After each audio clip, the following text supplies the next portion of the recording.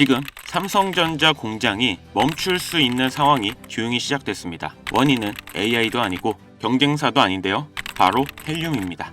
안녕하세요, 강찬혁입니다. 오늘은 좀 생소한 이야기를 드려야 할 것 같은데요. 헬륨이라고 하면 보통 풍선을 띄울 때 쓰는 기체, 이 정도로만 알고 계시는 분들이 많습니다. 근데 반도체 공장에서는 이게 없으면 공장 자체가 돌아가지 않는 핵심 소재입니다. 그리고 지금 그 헬륨이 전 세계에서 사라지고 있습니다.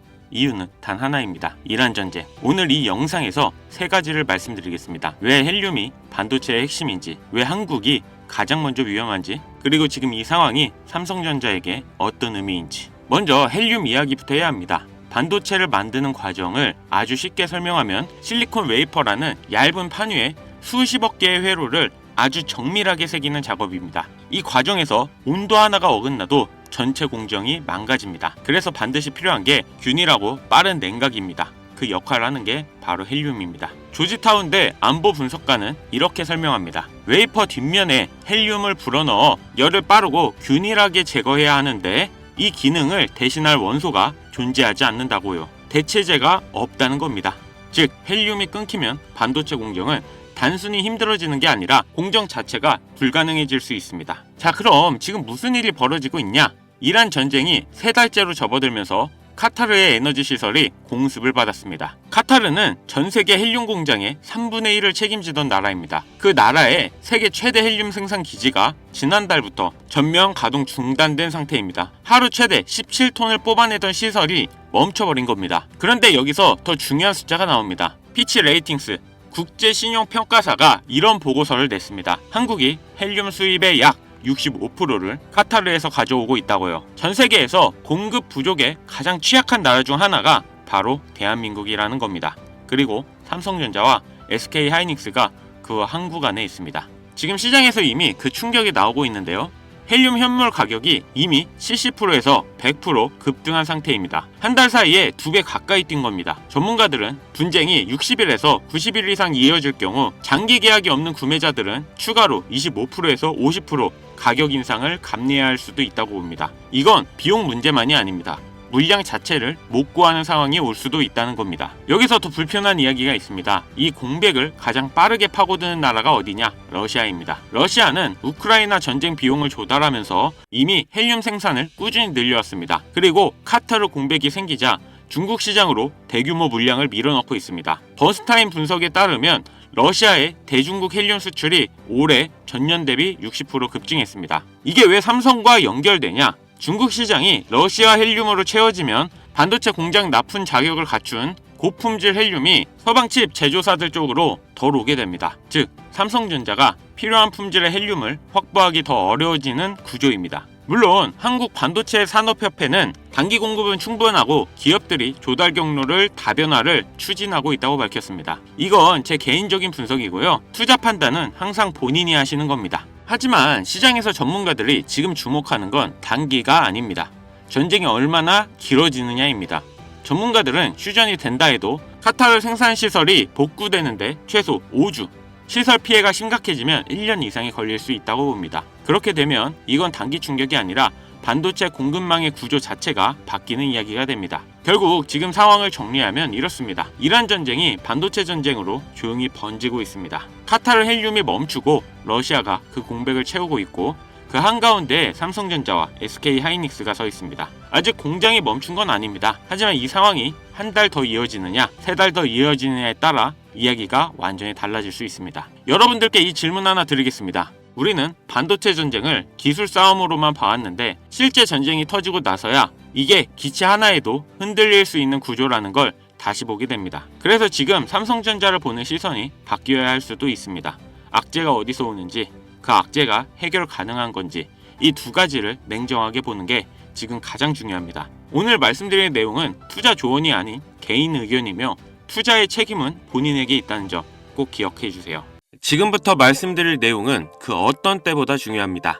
바로 AI 반도체가 만들어낼 다음 버블의 중심, 그리고 그 중심에 서 있는 국내 대표 기업 삼성전자의 흐름을 말씀드리겠습니다. 지금 세상은 AI라는 단어에 열광하고 있는데요. 챗 GTP가 등장한 지 2년, 미국 시장에서는 엔비디아가 1년 반 만에 700% 상승했죠. 하지만 여러분, 이건 시작에 불과합니다. 이제 무대는 해외가 아니라 국내 증시 코스피이죠. 최근 공개된 삼성전자의 차세대 HBM 개발 로드맵, 그리고 AI 서버용 메모리 생산 확대 계획. 사실 반도체 신제품 발표는 이전에도 많았습니다. 그런데 왜 이번 흐름이 중요하냐? 삼성전자 반도체 부문은 공식적으로 이렇게 말했습니다. AI 시대의 핵심은 연산이 아니라 데이터 처리 속도다. 즉 AI가 발전할수록 가장 많이 팔리는 건 GPU가 아니라 메모리라는 건데요. AI가 아무리 똑똑해도 데이터를 실시간으로 처리할 메모리가 없으면 속도는 멈춰버립니다. 이건 단순한 부품 이야기가 아닌데요. AI는 이제 텍스트로만 배우는 시대를 넘어서 영상, 자율주행, 로봇, 스마트 팩토리까지 물리적 세상으로 확장되고 있습니다. 그리고 그 모든 사업의 공통점은 엄청난 데이터 처리량이죠. 삼성전자는 단순한 스마트폰 회사가 아닙니다. HBM, DDR5, 차세대 낸드, AI 서버용 메모리 점유율 확대, 특히 AI 반도체용 HBM 시장에서 SK 하이닉스와 경쟁 구도가 코스피의 핵심 스토리가 되고 있습니다. 여기서 중요한 질문 하나, 왜 지금이냐? 경제 사이클을 보겠습니다. 2007년 아이폰이 나왔을 때 사람들은 세상이 바뀐다고 했었는데요. 하지만 애플의 주가는 바로 폭등하지 않았습니다. 2008년 금융위기, 유가 급등, 금리 인상, 거시 환경이 받쳐주지 않았기 때문입니다. 진짜 상승은 언제였습니까? 2015년 저금리, 유동성 확대, 돈이 시장으로 흘러 들어오던 시점, 기술, 유동성 이 두 가지가 만나야 버블이 나옵니다. 지금 상황이 비슷한데요. 금리는 정점 논란 이후 하락 기대감이 커지고 있고 유가도 안정세입니다. 유동성 확대 가능성이 다시 거론되고 있다는 거죠.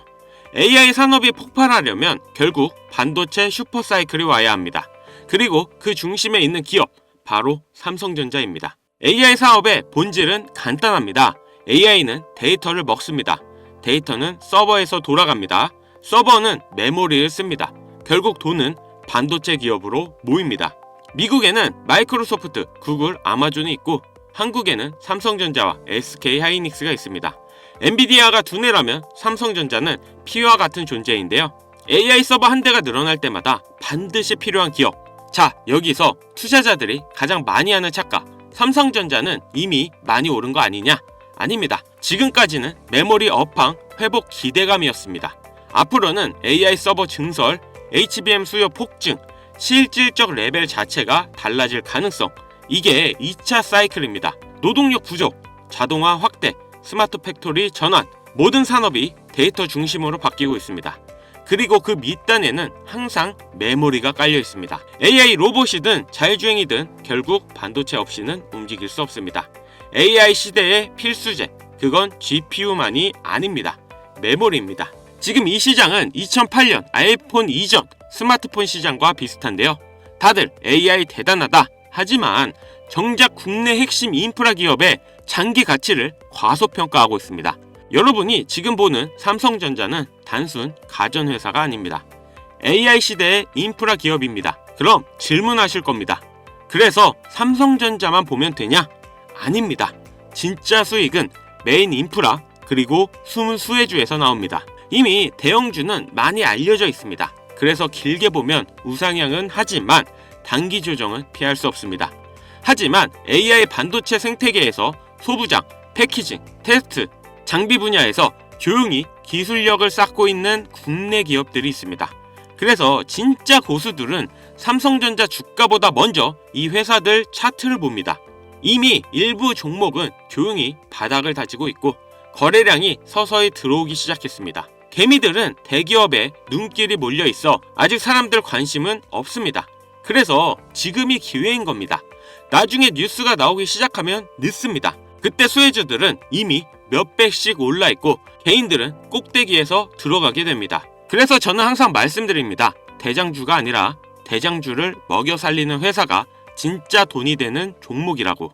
그리고 이번 AI 반도체 사이클에서도 그 역할을 하는 회사가 분명히 존재합니다. 피지컬 AI, 로봇, 자율주행, 데이터 센터, 이 모든 흐름의 중심에 연결된 기업, 국내 대형 반도체주들이 커질수록 같이 커질 수밖에 없는 구조를 가진 회사. 지금 이 시점에 남들보다 한 발 먼저 이 흐름에 올라타야 하는 이유입니다. 자, 그래서 지금쯤 이런 생각 하실 겁니다. 그래서 그 회사 이름이 뭔데? 하지만 제가 공개적인 유튜브 영상에서 덜컥 그 이름을 언급해버리면 어떤 일이 벌어질까요? 조회수가 몰리면서 소위 말하는 개미들이 꼬이기 시작할 거고, 이는 필연적으로 시세의 일시적 왜곡을 불러옵니다. 그렇게 되면 귀신 같은 기관들이나 세력들이 낌새를 채고 가격을 흔들어 버릴 가능성이 있습니다. 오히려 우리가 진입하기도 전에 차트가 망가질 위험이 있다는 뜻입니다. 물론 모든 투자는 투자자 개인의 책임에 있습니다. 세상에 무조건 오르는 주식은 없으니까요. 하지만 남들보다 한 발 앞서서 제가 꾸준히 차트를 보며 지켜본 AI 반도체 관련 수혜주의 정보를 미리 참고해보고 싶으신 분들이라면 이야기가 다릅니다.